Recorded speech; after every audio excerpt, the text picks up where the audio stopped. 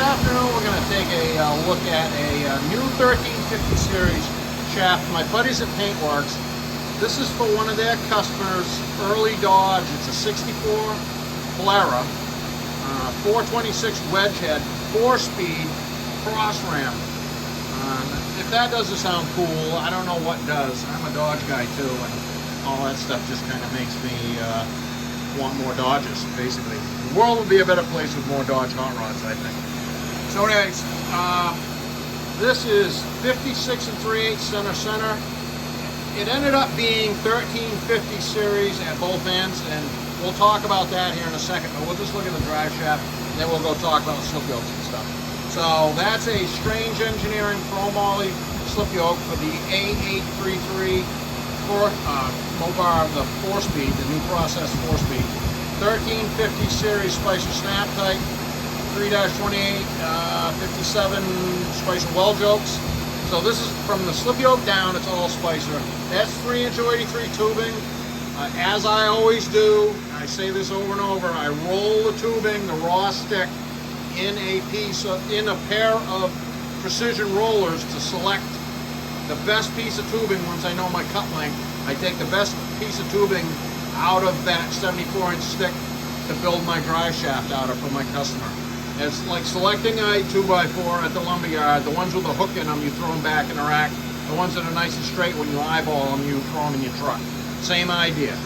So this is a 57 Wedge yoke down here and another 1350 snap type. We'll talk about U-joints and stuff in a second, but so that's turning 3,000 RPM, 0 at the rear axle, and 0 at the transmission. It's all shined up.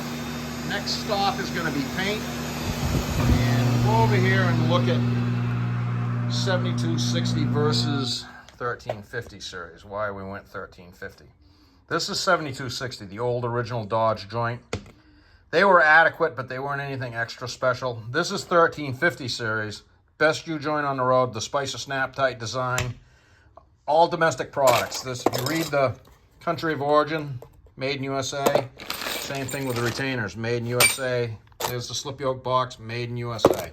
That's what we want. The 7260 series joint trunnion is an 1/8 of an inch smaller than the modern 1350.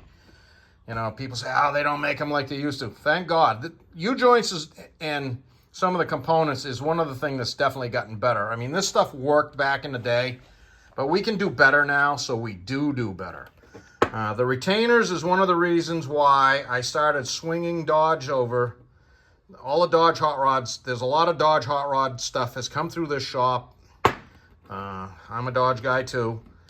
And as soon as these slip yokes and pinion yokes became available to support the Dodge products, like the Strange slip yoke, they also have a pinion yoke that fits the rear axle.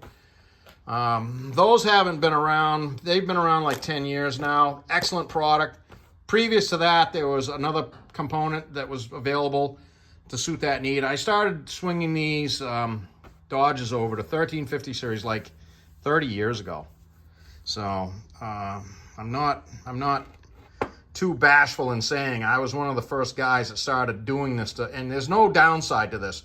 The durability, drivability, and like the lifespan and balance quality of this U-joint is head and shoulders over this old thing. These were always low rent to begin with.